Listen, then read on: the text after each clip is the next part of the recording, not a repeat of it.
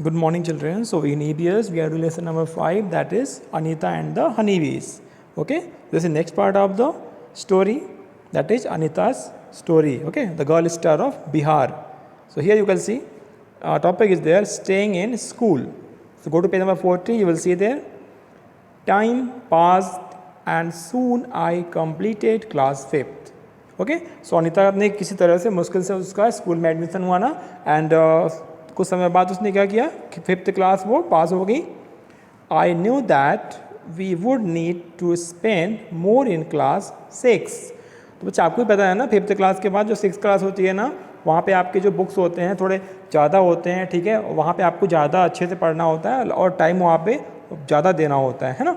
My parents said that it was time for me to leave school but I wanted to study more. है ना, तो उनके parents को लगा कि ठीक है क्लास 5th तक पढ़ लिया अनीता ने, अब उसको ज़रूरत नहीं है पढ़ने की, बट अनीता ने कहा कि उसे और आगे भी पढ़ना है ना, कि उसको पढ़ना अच्छा लगता था. I found a way to do this. उसने कुछ जुगाड़ लगाया. I started to teach younger children. बताओ कितना इंस्पायरिंग है ना, ये छोटी सी बच्ची जो खुद 5th क्लास, अभी 5th क्लास से वो 6th क्लास में गई हैं, वो छोटे बच्चों को पढ़ा करके अपना अरेंजमेंट करने जा रही थी अपनी पढ़ाई के लिए. From the money that I got I was able to continue और माई ऑन स्टडीज़. ठीक है, तो वो जो कुछ पैसे अर्न होते थे उससे वो पढ़ाई को अपना कंटिन्यू कर लिया उसने. आपको पता है हमारे कंट्री में अभी क्लास 1 से लेकर क्लास 8 तक फ्री एजुकेशन है, उसके बाद भी कुछ उसके खर्च होते होंगे, है ना. फॉर दैट वो अपना कुछ ट्यूशन बच्चों को पढ़ाती होगी, है ना. Yes, you can see one sweet memory there. ये सब कौन बता रहा है? ये सब अनीता आपको बता रही है. I remember some older boys in my village also use to teach young children. है ना, तो पहले जो यंग ओल्डर होते थे ना, बड़े बच्चे होते थे जो बड़े क्लास में पढ़ते थे, वो छोटे बच्चों को ट्यूशन पढ़ाते थे, है ना. They did not like it when I started teaching.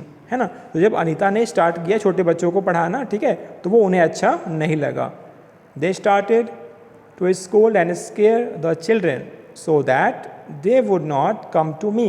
तो वो क्या होता था, वो छोटे बच्चों को डराते थे, डांटते थे कि इसके पास पढ़ने मत जाओ, है ना.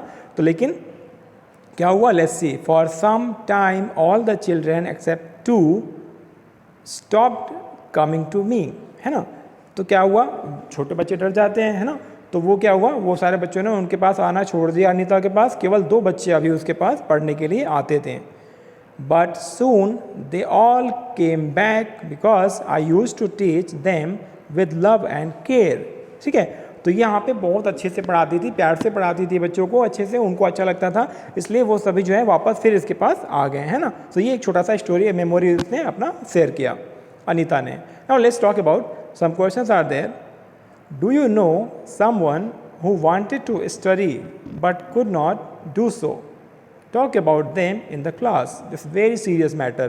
है ना बच्चे, बहुत से ऐसे बच्चे हमारे कंट्री में, हमारी सोसाइटी में, हमारे आसपास दिखते हैं जो पढ़ना तो चाहते हैं लेकिन वो नहीं पढ़ पाते हैं ना. बहुत सारी प्रॉब्लम्स होती हैं, है ना. पॉवर्टी हो गई, बच्चे गरीब होते हैं, ठीक है, या फिर उनके पास अर्निंग सोर्स नहीं होता है, ठीक है, तो वो पढ़ाई छोड़ के दूसरा काम करते हैं, अपने पेरेंट्स की हेल्प करते हैं अर्निंग में, है ना. ऐसे बच्चे आपने ज़रूर देखे होंगे. हम इसके बारे में डिस्कस करेंगे, हमारा जब गूगल मीट वाला क्लास होगा अच्छे से डिस्कस करेंगे हम इस बारे में. बट फॉर सम टाइम अभी आप इसका आंसर कैसे लिख सकते हो? Yes, in my neighbourhood a boy, it may be a girl also, है ना, बॉय या गर्ल, है ना, wanted to study but he had to leave after his father's death. ऐसे भी चीज़ें हो जाती हैं कि उसके फादर नहीं होते हैं, किसी के मदर नहीं होते हैं, है ना, तो काफ़ी स्ट्रगल होता है उनके लिए और काफ़ी मुश्किल होती है उनको पढ़ाई अपना स्टडी कंटिन्यू करने में. ठीक है, तो ऐसी चीज़ें आपको अगर मालूम हो तो अपने एल्डर्स के साथ, अपनी फैमिली मेम्बर्स के साथ शेयर करना चाहिए, है ना, जो उनकी हेल्प कर सकते हो. Next is there, every child has to as a right of to free education up to class 8. Yes, will talk about this, है ना. फ्रॉम क्लास 1 टू क्लास 8 ये आपका राइट है ना, हर एक बच्चे का राइट है ये, है ना, कि उनको फ्री एजुकेशन मिलना चाहिए अप टू क्लास 8.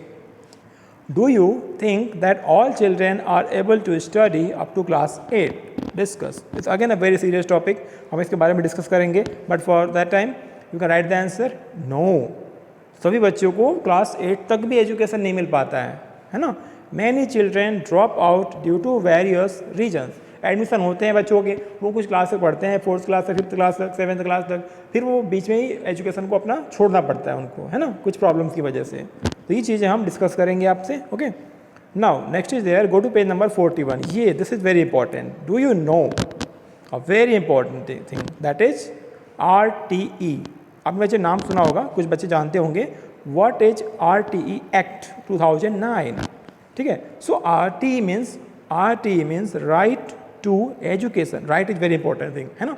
हमारा जो कॉन्स्टिट्यूशन है भैया, जो हमारा जो पूरा देश चलता है जिससे, है ना, जो आपके पेरेंट्स से बात करना, अपने एल्डर्स, जो भी एल्डर आपके घर में उनसे बात करना, कि जो हमारा पूरा देश चलता है ना, वो कानून चलता है, ठीक है। कॉन्स्टिट्यूशन हमारा बहुत बड़ा सा कॉन्स्टिट्यूशन है, और उसमें हमारा ये लॉ बना हुआ है, एक्ट है, कानून है, ठीक है, जो आपको फंडामेंटल राइट प्रोवाइड करता है। उसी फंडामेंटल राइट में बच्चे आपका है right to education, and for this you have one article also.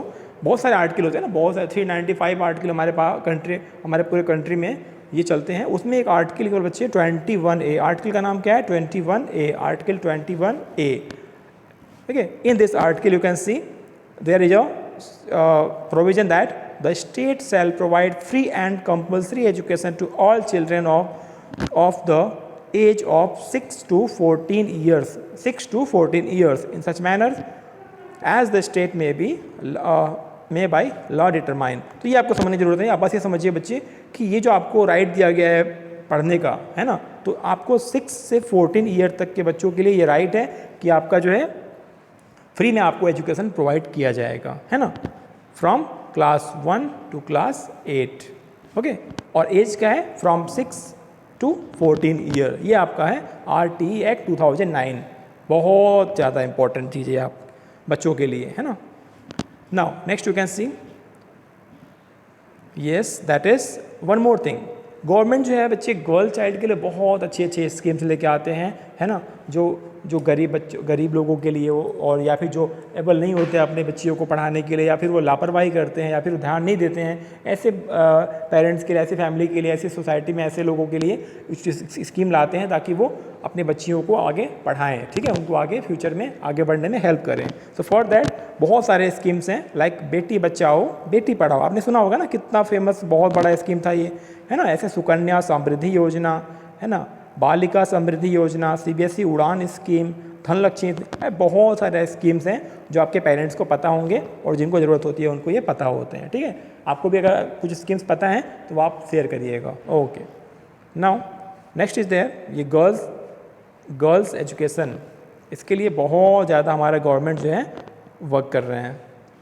Next you can see, yes, अब इसके बारे में स्टोरी को आगे बढ़ाते हैं। Slowly I started talking to other parents in the village about sending their daughters to school, है ना। तो उसके बाद जब थोड़ा सा अनीता जो है काफ़ी जागरूक हो गई ना, वो, है ना, पढ़ने स्कूल जाने के बाद उसको बहुत सारा इन्फॉर्मेशन मिला, है ना, कि एजुकेशन कितना ज़्यादा इंपॉर्टेंट है। तो वो भी क्या हुआ, उसने गांव के अदर पेरेंट्स को भी उनको मोटिवेट किया कि वो अपने बच्चियों को जो है वो स्कूल में भेजें। My parents also started helping me in my work. अब उनके पेरेंट्स को भी लगा हाँ ये तो बहुत ही ज़्यादा अच्छा काम हो रहा है, तो उन्होंने उनका हेल्प करना शुरू कर दिया अनीता का। My mother use to do all the house work so that I could get more time to study.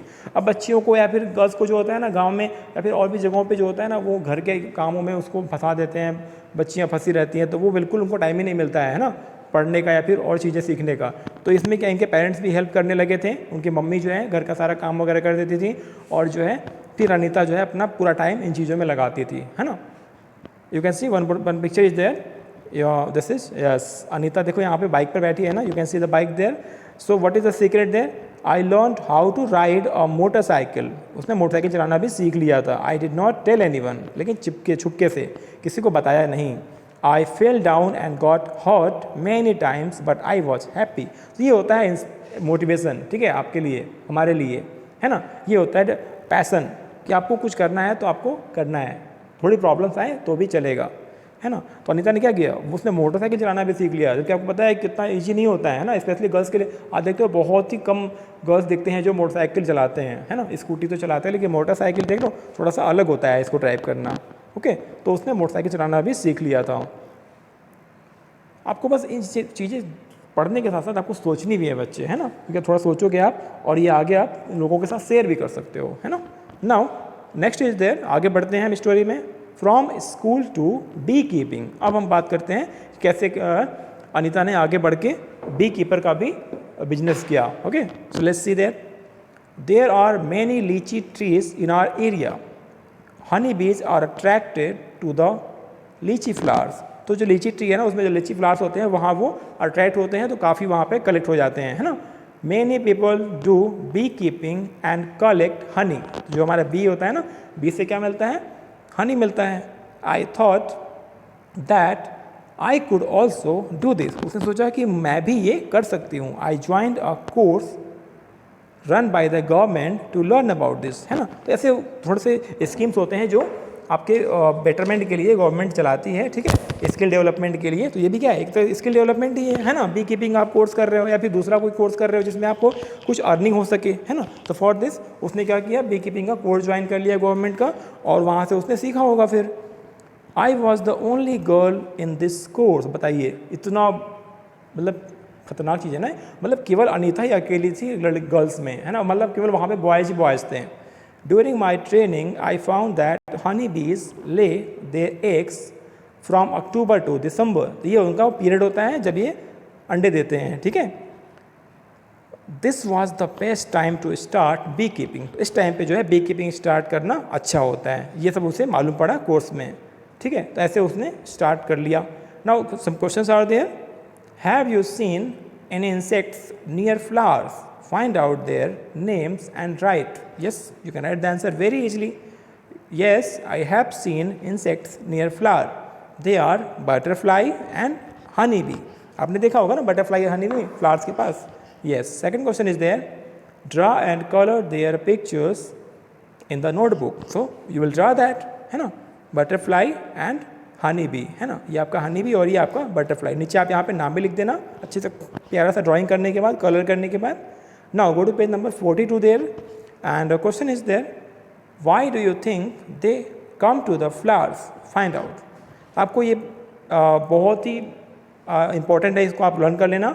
They come to the flowers to collect the nectar produced by the flowers, है ना, ये आपको word याद रखना, nectar याद रखना है, जो कलेक्ट करने के लिए वो फ्लावर्स पे आते हैं, बैठते हैं.